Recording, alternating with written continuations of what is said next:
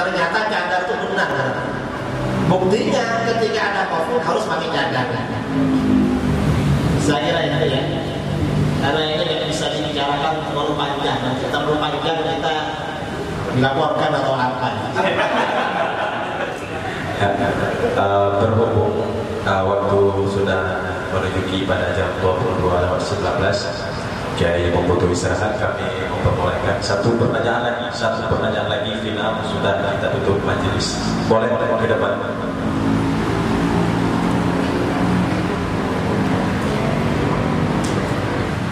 Assalamualaikum warahmatullahi wabarakatuh. Terima kasih sebagai atas waktunya. Pada malam yang berbahagia ini dari yang dua pertanyaan sekaligus biar sama dengan tuntutan kami. Yang pertama, bagaimana hukumnya mengucapkan Hari Ibu? Karena Hari Ibunya sudah lewat, banyak yang bilang haram dan lain sebagainya. Yang kedua, bagaimana hukumnya mengucapkan Natal bagi kaum Nasrani? Karena juga banyak saudara-saudara kita yang mualaf tidak enak dengan mertuanya dan kawan-kawannya. Sekian, Assalamualaikum warahmatullahi wabarakatuh.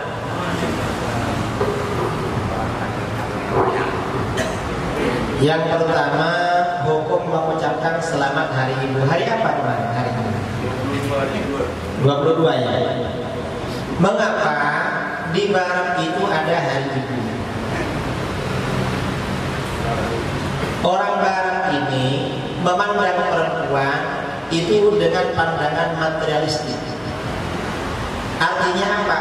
Perempuan itu dijadikan komoditas untuk menghasilkan keuntungan materi. Itu di Barat.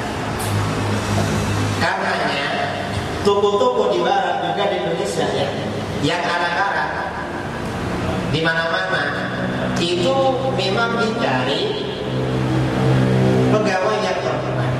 Dan tidak semua perempuan tapi harus cantik. Dan tidak cukup cantik tetapi harus muda. Seperti misalnya menjadi pramugari. Pramugari itu kan harus tinggi, cantik. Kalau di Indonesia putih, walaupun cantik tapi kalau hitam di Indonesia gak bisa jadi pramugari. Pernah ketemu pramugari yang hitam? Tidak pernah ya? Berarti kalau naik pesawat suka ngintip.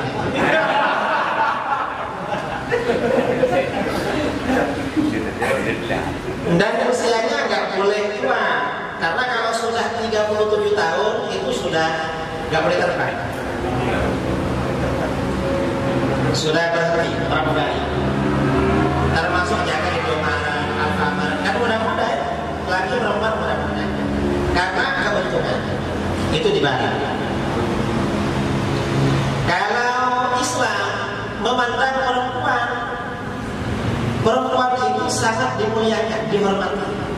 Karenanya kalau keluar rumah semua badannya aurat. Kecuali sebagian ulama wajah bukan aurat.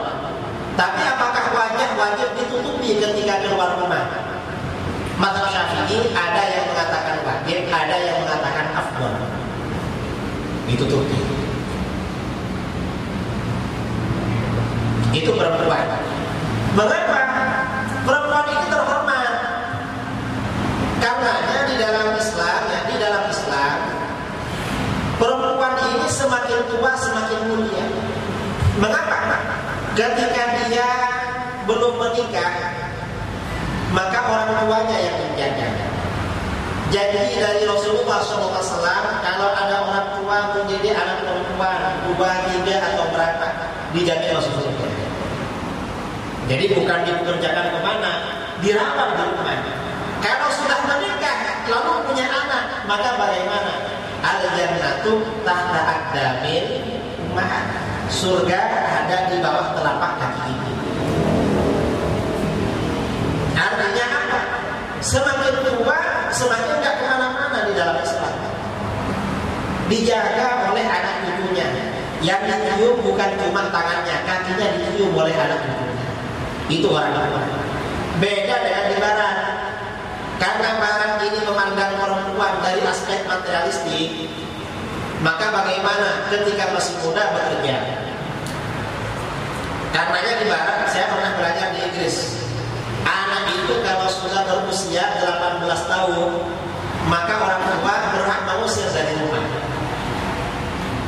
laki atau perempuan. Orang tua lepas tanggung jawab. Karena begitu orang tuanya ditinggalkan. Karena ditinggalkan, akhirnya bagaimana? Ibunya kalau sudah tua nggak bisa bekerja, dititipkan di panti asuhan, di panti jompo. Karena dititipkan di panti jompo, anaknya ada di mana-mana. Orang tua nggak dipikirkan oleh anak di barat, maka bagaimana? Orang barat membuat yang namanya hari ibu.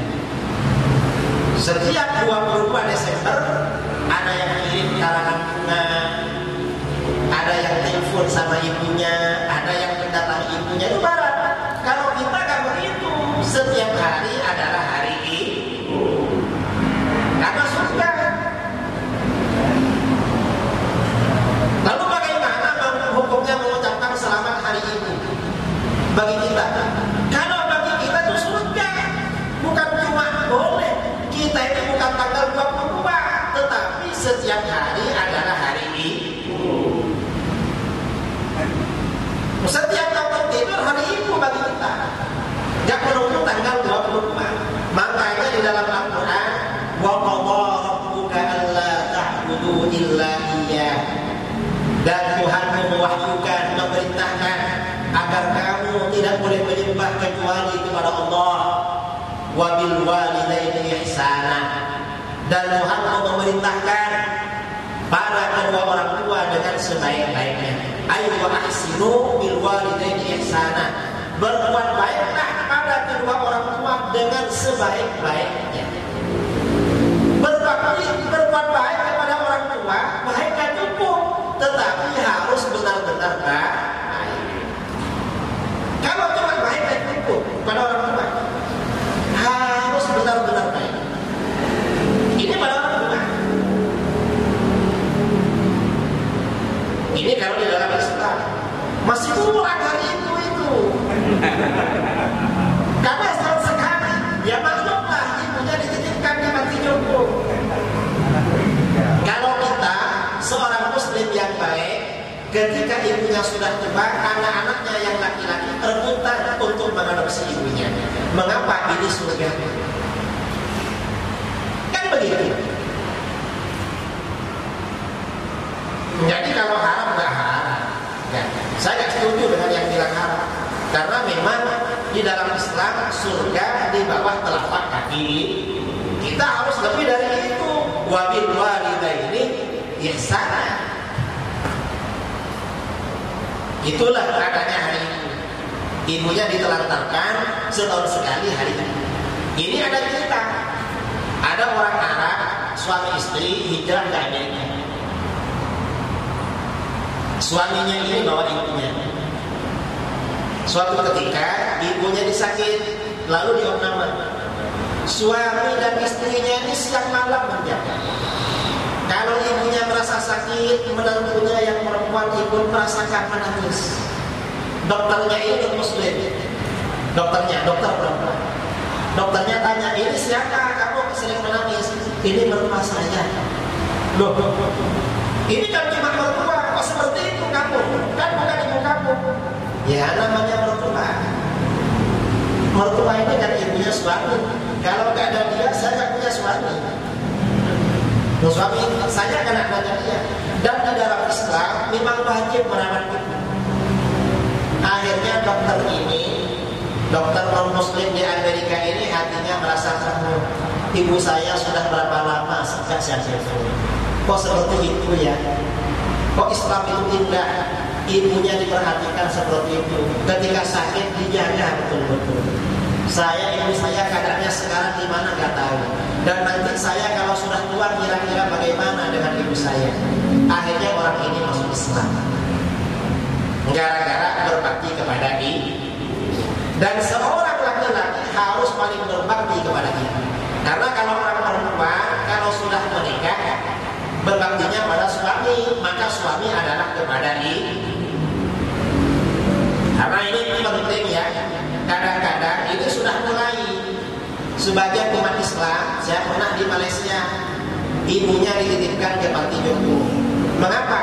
Anaknya pergi jauh untuk kerja, mestinya dibawa atau tinggal di rumahnya, kerja di daerahnya, walaupun ekonominya minim.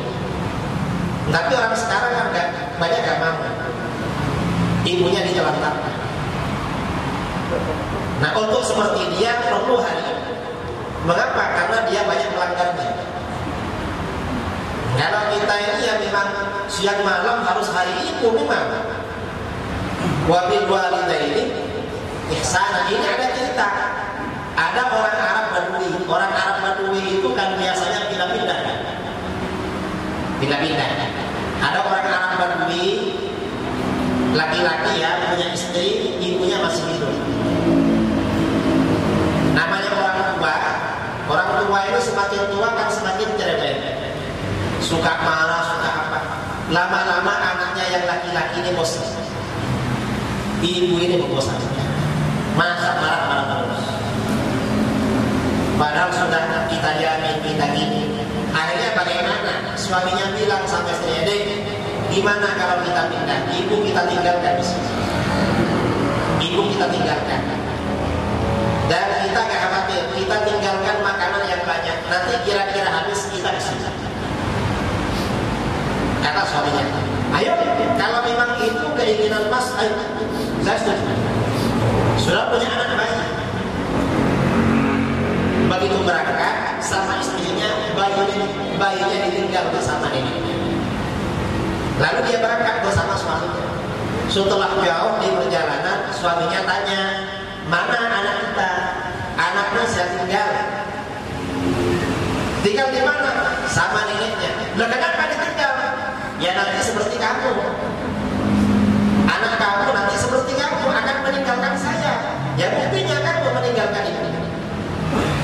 Sebelum saya ditinggalkan tak tinggal duluan." Kata istrinya. Karena istrinya dipijat, akhirnya suaminya nanya kembali aja kan, kembali. Suaminya tersentuh.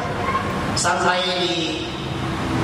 di tempatnya neneknya ini, ternyata ibunya neneknya ini mendekat anaknya sambil pegang-pegang batu melempar serigala yang akan mengambil anaknya. Setiap ada serigala datang dilempar pakai batu sambil mendekat anaknya. Padahal lucunya, akhirnya anaknya yang laki-laki itu bertobat kepada Allah, melihat kasih sayang ibunya. Saya kira itu ya pertanyaan pertama. Pertanyaan kedua apa tadi? Kalau ucapan selamat hari Natal di dalam kitab-kitab fikih yang dulu semuanya mengatakan haram. Yang menghalalkan itu ulama-ulama modern. Ulama sekarang, mufti Mesir, mufti Syria, mufti banyak. Kalau kitab-kitab lama semuanya benar. Dan tidak perlu lah mengucapkan selamat Natal. Kecuali kalau terpaksa, misalnya kontraknya mau dicabut, kalau tidak mau ucapin selamat Natal, ya gak apa-apa ucapin. Ikut ulama sekarang. Kalau tidak terpaksa gak usah. Mengapa? Tidak mengucapkan selamat Natal itu bukan berarti intoleransi, bukan. Tetapi itu karena ajaran agama. Saya ini dari kampung Kristen kira-kira 500 meter. 500 meter dari di belakang rumah saya di sawah. Setelah sawah kira-kira 500 meter jadi kampung Kristen. Kita gak pernah mengucapkan selamat Natal. Mereka juga gak pernah mengucapkan selamat Idul Fitri.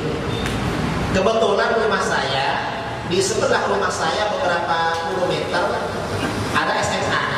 Anak-anak Kristen dulu, sebelum ada sepeda motor, dulu kan pakai sepeda ontel. Itu ketika pakai sepeda ontel, sepedanya anak-anak Kristen dititipkan di depan rumah saya. Kadang 20, kadang 30 seharian. Mereka gak pernah pamit. Pokoknya naruh itu aja. Karena di rumah itu aman, ditaruh. Dan kita gak apa-apa. Karena gak dijaga pun gak hilang. Artinya kalau urusan toleransi, kita ini gak pernah ganggu sama orang. Loh, ini urusan agama. Itu aja. Sekarang itu kalau nggak mengucapkan selamat Natal, kayaknya kita mau muslim. Nggak ada begitu. Nggak ada. Itu kalau menurut fikih ya seperti itu.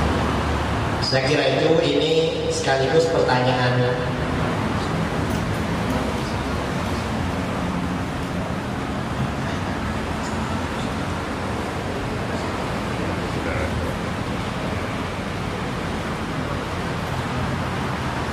Masalah alat musik ya. Kalau alat musik yang sepakat boleh itu hadroh yang lama itu.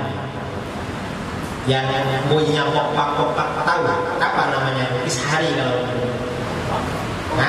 popak ya. Kalau hadroh yang baru itu sudah ada yang mengatakan boleh, yang ada yang mengatakan haram. Termasuk organ gitar itu kebanyakan mengatakan haram, sulit. Tapi ada sebagian kecil yang mengatakan boleh. Cuma walaupun sebagian besar haram, orang secara pengamalan banyak ikut yang boleh. Buktinya televisi di rumah-rumah, di mobil, kan biasanya itu semua sekarang. Cuma walaupun ikut yang boleh, jangan sampai diputar di masjid. Itu aja. Masjid ini yang perlu kita jaga. Karena kadang-kadang di masjid juga diputar kapan. Saya undangan di mana? Undangan maulid. Maulid atau undangan apa? Setelah ceramah harus makan-makan, tidak tahunya dangdut apa yang diputar. Di kampung orang desa kan memang kadang-kadang kan ini dangdut. Kalau secara hukum ya boleh. Ada yang sepakat boleh, ada yang mayoritas tidak boleh. Tapi ada yang membolehkan. Cuma pengamalan ikut yang membolehkan. Karena orang punya parabola, punya TV kabel, punya ya macam-macam. Wallahu a'lam. Mudah-mudahan bermanfaat dari saya. Kurang lebihnya maaf yang sebesar-besarnya. Assalamualaikum warahmatullahi wabarakatuh. Mari baca doa ya.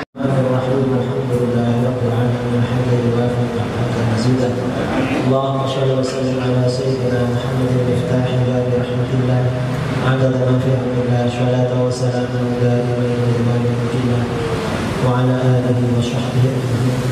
اللهم اقسم لنا من خشيتك ما يحول بيننا وبين معصيتك ومن طاعتك ما تبلغنا به جنتك ومن اليقين ما تهون به علينا مصائب الدنيا.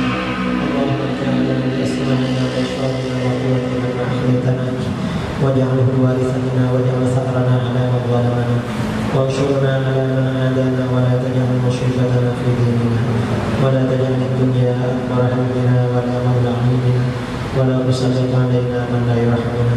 اللهم زدنا ولا تنقصنا واكرمنا ولا تهنا وأعطنا ولا تحرمنا وآثرنا ولا تؤثر علينا وأرضنا وارض عنا واغفر لنا ولوالدينا ومشايخنا ومعلمينا وأصحابنا وأحبابنا وذوي الحقوق علينا ولجميع المسلمين والمسلمات والمؤمنين والمؤمنات الأحياء منهم والأموات.